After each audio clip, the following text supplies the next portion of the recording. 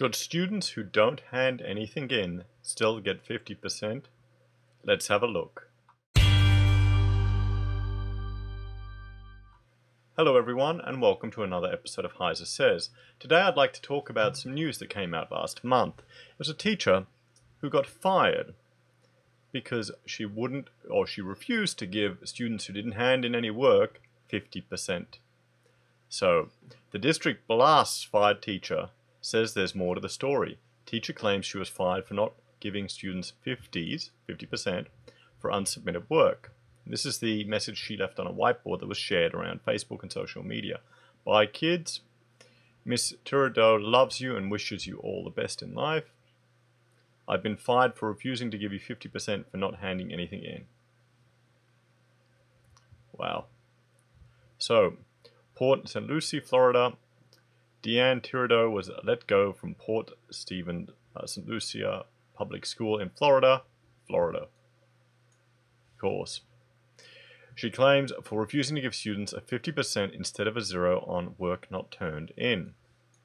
Now, I've done marking, I've done teaching and tutoring at university level, and you do whatever you can to not fail a student because you want to help them. You want to help them get through, jump through the hoops.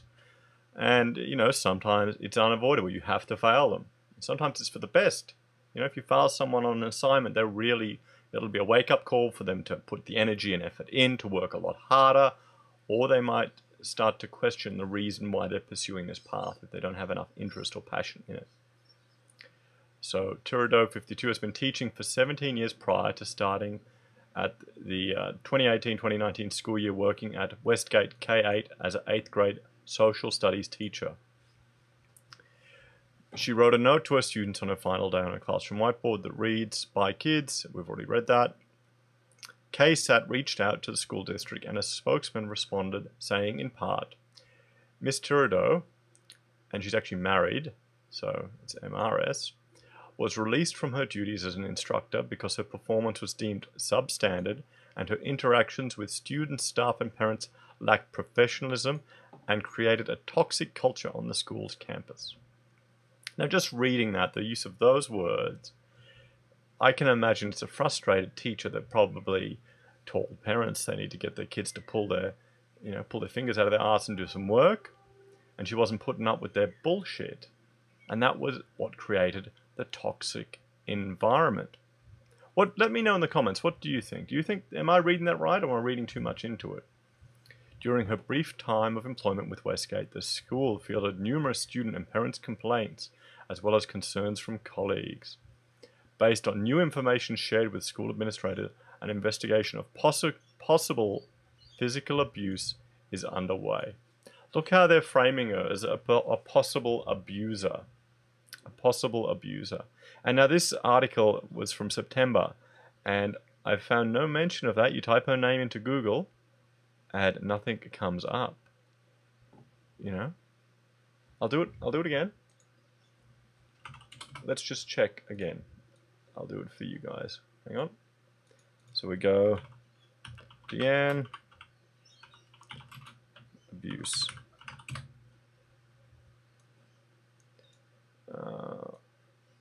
So Florida teacher claims she lost job. Nope, nothing more. Yeah, funny that. Funny how they put that in here to stain her reputation. And it's been, when was this, September? 2 months later, you'd think something else would be reported if it was true. I wonder if a retraction will be stated saying, we found nothing. Guaranteed it won't get any publicity. So this, while it always has to be taken seriously and considered, I don't like the fact that they just stuck it on the end of here. And they didn't need to mention it. The spokesman also mentioned the school's grading policy stated that there isn't any policy prohibiting a teacher from recording a 0 for work not turned in. Tiradeau posted an update on her Facebook page Tuesday morning saying, "The reason I took on this fight was because it was ridiculous. Teaching should not be this hard. Teachers teach content, children do their assignments to the best of their abilities, and teachers grade the work based on a grading scale. It's been around for a very long time." This is the rest of her post. Teachers are provide numerous attempts to get the work collected so they can give the child a grade. By nature, most teachers are loving souls who want to see students succeed. We do above and beyond actual teaching to give them the support they need. Are we perfect? No. We make mistakes, like all other human beings, but I know teachers work their butts off to help children and to be the best people they can be. So received what, over 1,000 thumbs up, over 150 or 140 shares.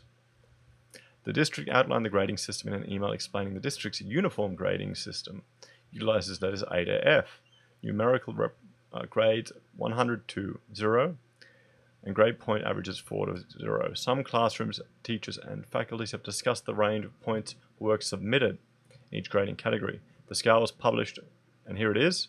An A is 90 to 100%, like a high distinction. A B is 80 to 89%.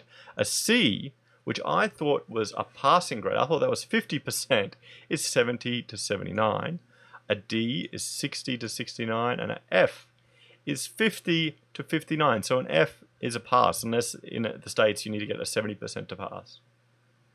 So, you know, let me know if someone learns in America what it's like. I know if you got a D or an F here in Australia, back when I went through, that means you failed.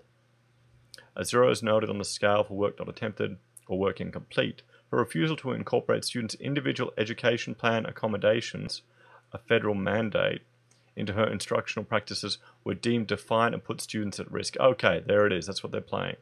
Her dismissal was not a result of grading issues, according to the district spokesperson. Okay, so they've got individual education plans for students, for each student, and she's probably frustrated that students are getting through without having to submit any work according to the IEP. But it could be a special needs student, and that could cause issues. Should they be taught in the same class? Should they have special facilities to account for these students? Or normally you'd give them extra time or extra opportunities to submit work. So, you know, it's not black and white how they're doing it, but I can see where she's gotten frustrated, and maybe it's borderline as well what people are going for IEPs. You know, the fact that they're mentioning here that a possible case of physical abuse is underway and nothing has come out in the media about it. In 2 months' time, maybe the investigation is still going underway, but this could damage her reputation just by putting it here. And let's compare America to other countries.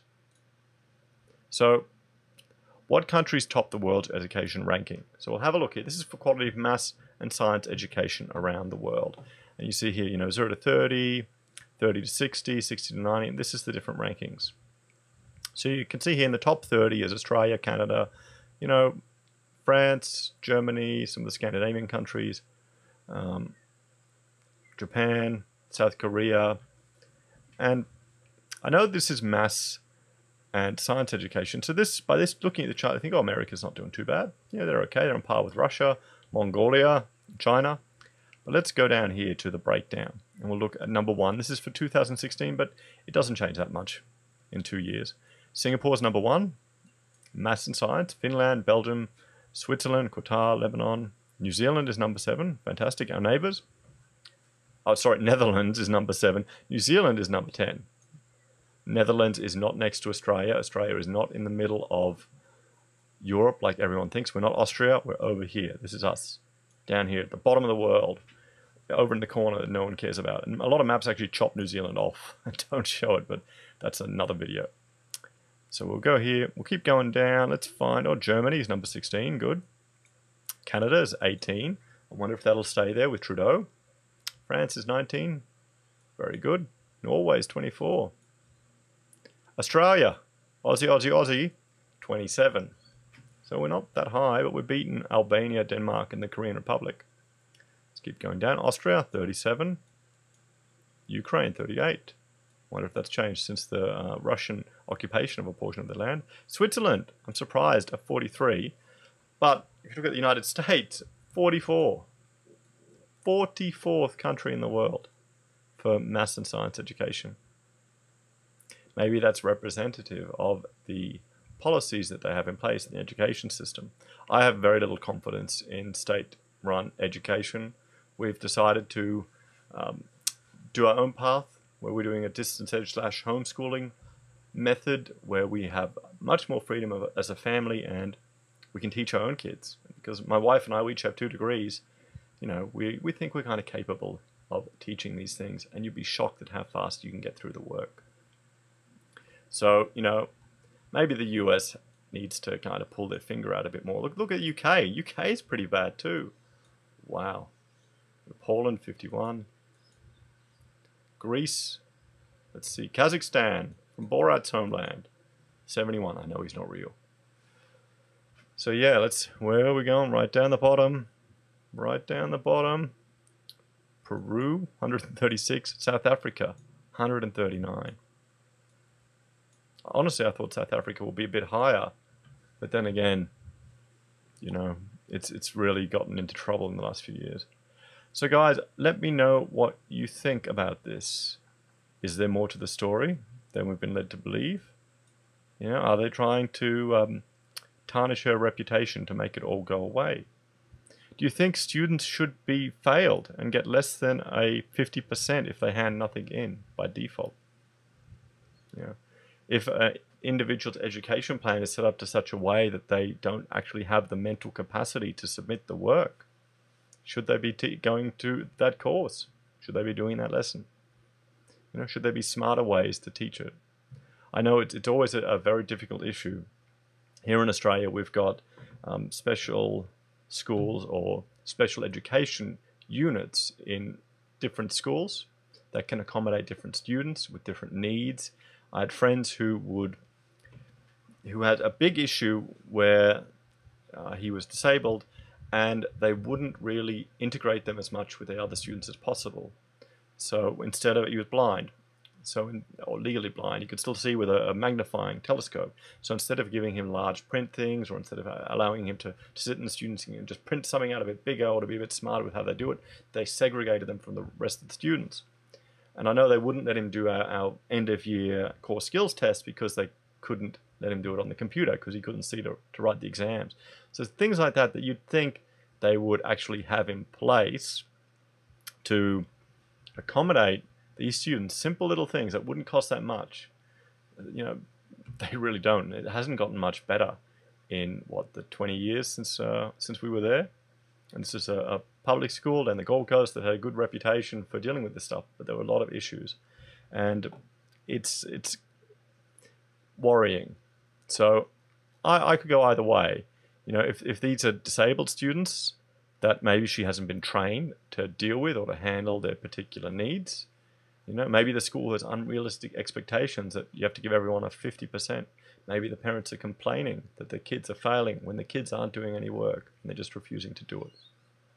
So, you know, I think this is an interesting thing to consider, but frankly, I have no confidence in public schooling. I think it's all a bit of a joke these days.